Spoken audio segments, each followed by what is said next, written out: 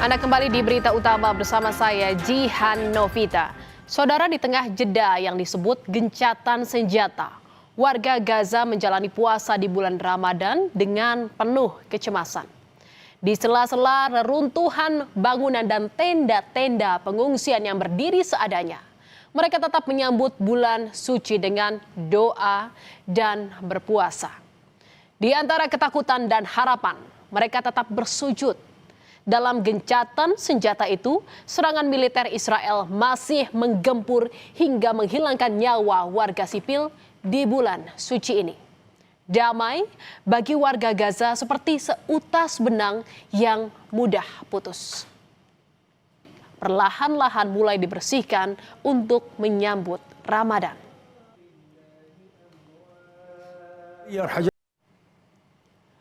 Di tengah puing-puing bangunan yang mengelilingi, warga Gaza tetap menjalankan puasa. Saat azan maghrib berkumandang, waktu berbuka puasa tiba.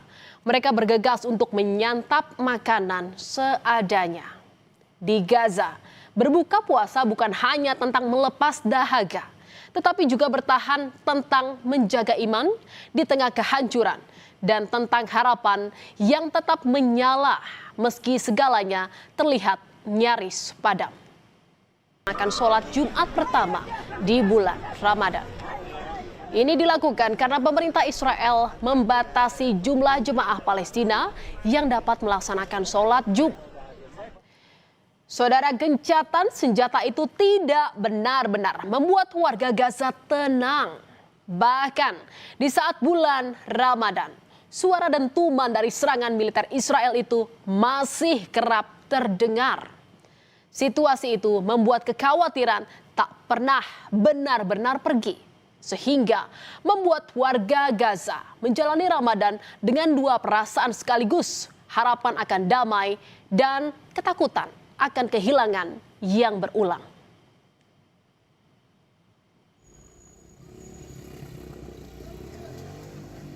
Tentara Israel menewaskan seorang pria Palestina di kota Khan Yunis, Gaza Selatan pada Rabu, hari pertama Ramadan.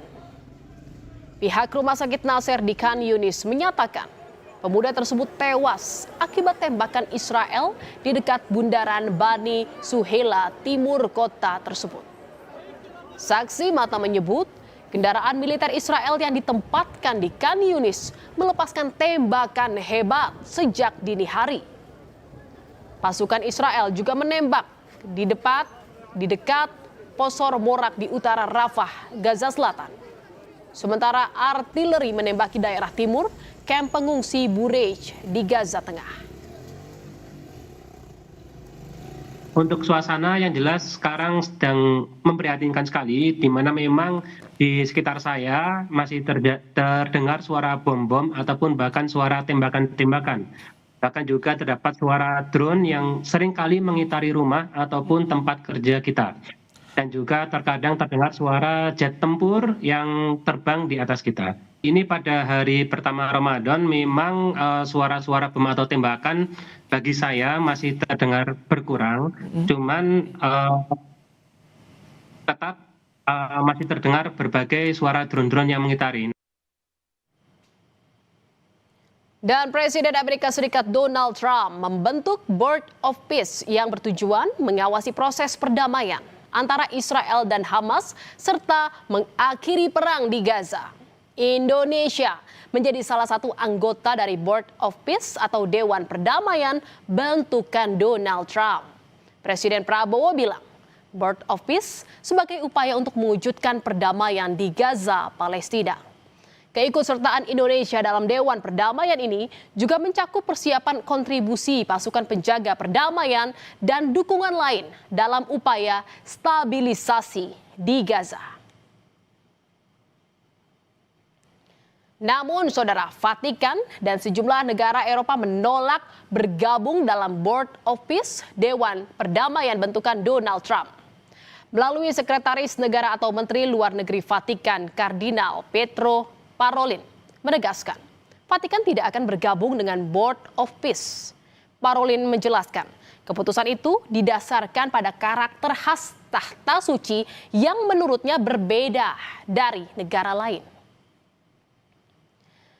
Dan saudara, berdasarkan pernyataan yang dikutip dari Kompas.com, Sekretaris Negara atau Menteri Luar Negeri Kardinal Pietro Parolin menyebut tahta suci tidak akan berpartisipasi dalam Dewan Perdamaian karena sifatnya yang khusus dan yang jelas berbeda dengan negara-negara lain. Parolin juga menyebut ada beberapa poin yang agak membingungkan. Ada poin-poin penting yang perlu dijelaskan.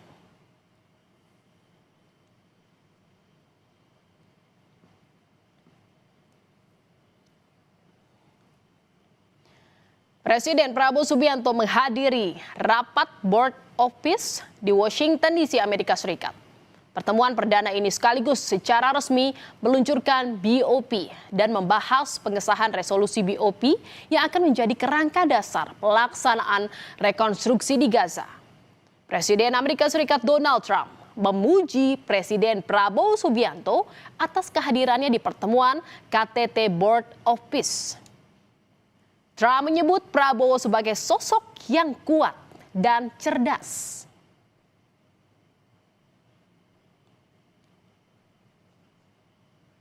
Indonesia, thank you very much. Indonesia. It's a great country. Thank you very much. Look at that man. Look how tough he is. You think it's easy dealing with him? Look at that face. You are a tough cookie. And we say it lovingly too. We need strength. You say, see, he doesn't mind. He's tough and he's smart.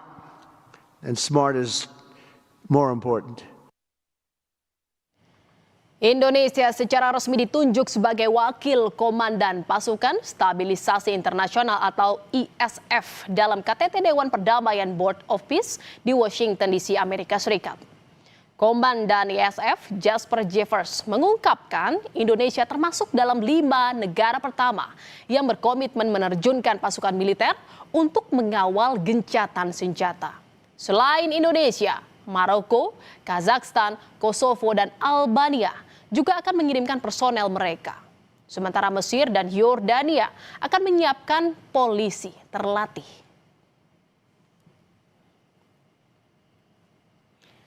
Presiden Prabowo menegaskan kesiapan Indonesia bergabung dalam pasukan stabilisasi internasional atau ISF.